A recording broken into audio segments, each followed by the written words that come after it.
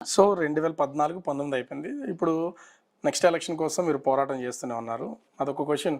అతి చిన్న వయసులోనే పొలిట్ బ్యూరో లాంటి ఒక పెద్ద పదవి అసలు ఎక్స్‌పెక్ట్ చేసారా మీరు? వాళ్ళతో అంటే పొలిట్ బ్యూరోలోకెళ్ళేసరికి ఉద్దండులుంటారు. ఇప్పటికీ అలాంటి వాళ్ళే ఉన్నారు. అనిత గారికి ఇది వస్తదని అనుకున్నారా అసలు? నేను చెప్పాను ఇందాక. నేను ఈ రోజు వరకు చంద్రబాబు నాయుడు గారి దగ్గరికెళ్ళి, సార్ నాకు ఈ పదవి ఇవ్వండి నేను అడగలే. 2014లో టికెట్ మాత్రమే అడిగాను ఆయన్ని. సార్ పాయకరావుపేట నుంచి మీరు గనక నాకు ఇస్తే గనక నేను గెలిచొస్తానండి అన్నాను. ఆ రోజు కూడా ఆయన ఒకటే అన్నారు, నీకు ఎక్స్‌పీరియన్స్ లేదు, ఎలా గెలిచొస్తావు అని అడిగారు. నాకు ఇన్‌చార్జ్‌గా అవకాశం ఇవ్వండి. నేను చేయగలను అనుకుంటే దెన్ మీరు కంటిన్యూ చేయండి. అదర్ దాన్ నేను నా ఉద్యోగానికి వెళ్ళిపోతాను, లేదంటే పార్టీకి పని చేస్తా అని ఆ రోజు చెప్పా. ఈ రోజు వరకు నేను ఆయన ఏమీ అడగలే. Age or caste base, gender base, whatever it may be. నిజంగా మీరు అన్నట్టు పాలిట్ బ్యూరో అనేది నాకు అతిపెద్ద పదవి. అంతకు మించి పదవి ఏమీ లేదు. ఇప్పుడు చూస్తే ఏపీలో అటు టీడీపీకి సంబంధించి మహిళా అధ్యక్షురాలుగా ఉన్నారు. మీరు మహిళా అధ్యక్షురాలికి పదవికి వన్నీ తెచ్చేంత పోరాటాలు ఏం చేశారని అనుకుంటున్నారు మీరు? అంత అంత విధంగా మీరు ఏమైనా పోరాటాలు చేశారా? నేను పదవులకు వన్నీ తెచ్చేటంత పోరాటం నేను చేసానో లేదో ప్రజలు చెప్పాలి కానీ నేనైతే కమిట్మెంట్గా వర్క్ చేశాను. నేను అధ్యక్షురాలుగా అయిన తర్వాత కరోనా టైంలో నేను అధ్యక్షురాల కింద అయ్యా. ఎగ్జాక్ట్గా కరోనా టైంలో నేను, నా డ్రైవరు, నా పిఏ రాష్ట్రం అంతా తిరిగినంతగా మిగతా ఏ నాయకుడు తిరగలేదేమో, ఏ పార్టీలోని కూడా. ఎందుకు నేను ఇంత గర్వంగా చెప్తున్నానంటే, గర్వం కూడా కాదు, ఒక ఇంత బాధ. కరోనా లాంటి సిచ్యువేషన్స్లో కూడా ఆడవాళ్ళ మీద అఘాయిత్యాలు తగ్గలేదు ఈ గవర్నమెంట్లో. పలానా ఎక్కడ పులివెందుల దగ్గర నుంచి మొదలు పెట్టుకొని అనంతపూర్ దగ్గర తిరిగాము, పులివెందుల తిరిగాను, కడప వచ్చాను, అన్ని ఏరియాస్ కూడా కవర్ చేసుకొని ఎక్కడ ఏ అమ్మాయికి అన్యాయం జరిగినా కూడా డెఫినెట్గా అక్కడ నా ప్రజెన్స్ ఉండేది. కానీ ప్రజా సమస్యల విషయానికి వస్తే తెలుగు మహిళా అధ్యక్షురాలుగా చేయాల్సిన పోరాటాలు చేయలేదు. ప్రభుత్వం మీద చేసినటువంటి విమర్శలు చేయడమే కానీ దాన్ని ఆచరణ రూపంలో ఉద్యమాలు ఏమీ లేవనేది మీ మీద ఉన్నటువంటి ఒక విమర్శ. ఏం చెప్తారు? ఓకే, ఉండొచ్చు, ఎవరి ఉద్దేశం వాళ్ళది. ఇప్పుడు మీ ఉద్దేశం మీది, నా ఉద్దేశం నాది. ఈరోజు నేను ఒకటే ఎగ్జాంపుల్ చెప్తున్నా. దిశ యాక్ట్ గురించి మేము మాట్లాడాం. దిశ యాక్ట్ గురించి నేను మాట్లాడాను. దిశ యాక్ట్ గురించి ప్రతిసారి మేము చెప్పేవాళ్ళమే.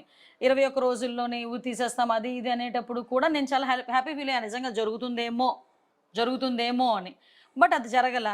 నేను ప్రతి ఆస్పెక్ట్లోని కూడా నేను విజయం సాధించానని చెప్పడానికి ఉన్న ఏకైక ఆధారం ఏంటో చెప్పనా? నా మీద 23 కేసులు. ఓకే, అంటే ఏమీ లేకుండానే, నేను పోరాటం చేయకుండానే నా మీద ఇన్ని 23 కేసులు పెడతాడు ఎవడైనా? ఇక్కడ మీకు కొంత ఇబ్బంది అనిపించవచ్చు, అది అడగడానికి కూడా నాకు ఇబ్బందిగానే ఉంది. ఇక్కడ అంటే ఎదురుగా నాకు 2 సిచ్యువేషన్స్ మీ ఇంట్లో కనిపిస్తున్నాయి. ఒకటి మీరు, మీ పిల్లలు ఫోటో. ఒకసారి అరుణ్ అది చూపించు. అంటే ఈ ఫోటో చూస్తున్నాం, చాలా చూడముచ్చినట్టయిన ఫ్యామిలీ. దీనికి ఆపోజిట్గా ఎదురుగా రాధాకృష్ణలు కనిపిస్తున్నారు. ఈ 2 ఏంటి అంటే, ఒకటి మీ రాజకీయాలకి సంబంధించి ఇప్పుడు కూడా మీ ఫ్యామిలీకి కొంత డిస్టర్బెన్స్ నడుస్తూ ఉంది ఎప్పటి నుంచో, మీకు మీ హస్బెండ్కి సంబంధించి. అది మీ రాజకీయానికి ఎప్పుడు అడ్డొస్తుందని ఎప్పుడు ఫీల్ అవ్వలేదా? ఇప్పుడు కూడా ఫ్యామిలీ వేరు, రాజకీయం వేరు, అంతే. అంటే ఫ్యామిలీ సెపరేట్, రాజకీయం సెపరేట్. ఇంత పెద్ద పూజ గది కనిపిస్తూ ఉంది. నా క్వశ్చన్ ఏంటంటే, అనిత గారు హిందువా, క్రిస్టియనా? ఇది చాలా చాలా ఇంపార్టెంట్ క్వశ్చన్. ఎందుకు నేను ఈ మాట మిమ్మల్ని అడగాల్సి వస్తుందంటే, అనిత గారి దగ్గర ఒక కాంట్రవర్సీ ఉంది. అది మీరు హిందువా, క్రిస్టియనా? అనిత గారికి కాంట్రవర్సీ చేశారు. అనిత ప్యూర్ హిందూ. ఎందుకు మరి క్రిస్టియన్ అనే ముద్ర మీ మీద ఉంది? చెప్తున్నాను కదా, ఏవేవో ఇంటర్వ్యూస్లో నేను మాట్లాడిన మాటల్ని కట్ అండ్ పేస్ట్ చేసి ఇప్పుడు నేనున్నానండి. నేను ప్రజాప్రతినిధిని, గుడికి వెళ్తాను, చర్చ్కి వెళ్తాను, అట్ ద సేమ్ టైం మసీదుకి వెళ్తాను. ఇప్పుడు నా 3 మాటలు మాట్లాడారు కదా, ఏదైనా సందర్భం వచ్చినప్పుడు ఈ గుడి తీసేస్తారు, మసీదు తీసేస్తారు. నేను చర్చ్ అనే పదం ఉపయోగించాను కదా, ఇది ఒక్కటే టక్మని కట్ చేస్తారు.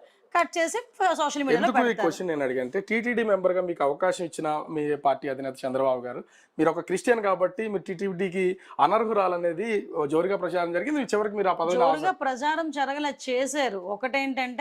ఒకటేంటంటే నన్ను ఇబ్బంది పెట్టాలి, తెలుగుదేశం పార్టీని ఇబ్బంది పెట్టాలి. నేను ఒకటే అడుగుతున్నాను, నిజంగా ఆ రోజు నా మీద లేచిన నోళ్ళు ఈ రోజు కరుణాకర్ రెడ్డి గారు వాళ్ళ అమ్మాయికి ఏ రకంగా పెళ్లి చేశారండి? ఒక క్రిస్టియన్కి ఇచ్చి పెళ్లి చేశారు. అందులో ఎంతమంది క్రిస్టియన్స్ లేరు? ఈ రోజుకి కూడా అన్యమత ప్రచారం ఎంతవరకు జరగట్లేదు తిరుమల తిరుపతి దేవస్థానం కొండ మీద. ఒకసారి మనం కూడా ఆలోచించుకోవాలి కదా. కేవలం అనితని ఇబ్బంది పెట్టాలి అనుకున్నారు. వాట్ ఎవర్ ఇట్, నేను ఎంత పాజిటివ్గా తీసుకుంటానంటే, ఒక పెద్ద స్థాయిలో అనితని టార్గెట్ చేయాలి అనుకుంటే ఎంతో కొంత స్టఫ్ అనితకు ఉంది కాబట్టి మ్యాక్సిమం వాళ్ళు నా మీద కొంచెం టార్గెట్ చేయడానికి ప్రయత్నం చేస్తారు. ఇక్కడ టార్గెట్ అంటే నాకు ఇంకోటి కూడా గుర్తొస్తుంది. 2014 నుంచి మీరు 19 వరకు అసెంబ్లీలో ఉన్నారు. అసెంబ్లీలో నిజంగా ఒక ఫైర్ బ్రాండే. మీకు అపోనెంట్లో రోజా గారు ఉన్నారు, మీకు రోజా గారికి ఎప్పుడు పడేది కాదు, ప్రతి విమర్శలు. ఎందుకు రోజా గారు అంటే మీకు పడదా, లేకపోతే ఆవిడకి నాకు వ్యక్తిగత ఏమైనా ఆస్తిగతలు ఏమైనా ఉన్నాయేంటండి? లేకపోతే ఆవిడ నేను చుట్టాలు అనుకున్నారా? హా? ఆవిడకి నాకు ఎటువంటి ఆస్తి తగాదాలు లేవు, ఆవిడకి నాకు ఎటువంటి చుట్టరికాలు లేవు. మా ఇద్దరికి మధ్యలో వైరం ఓన్లీ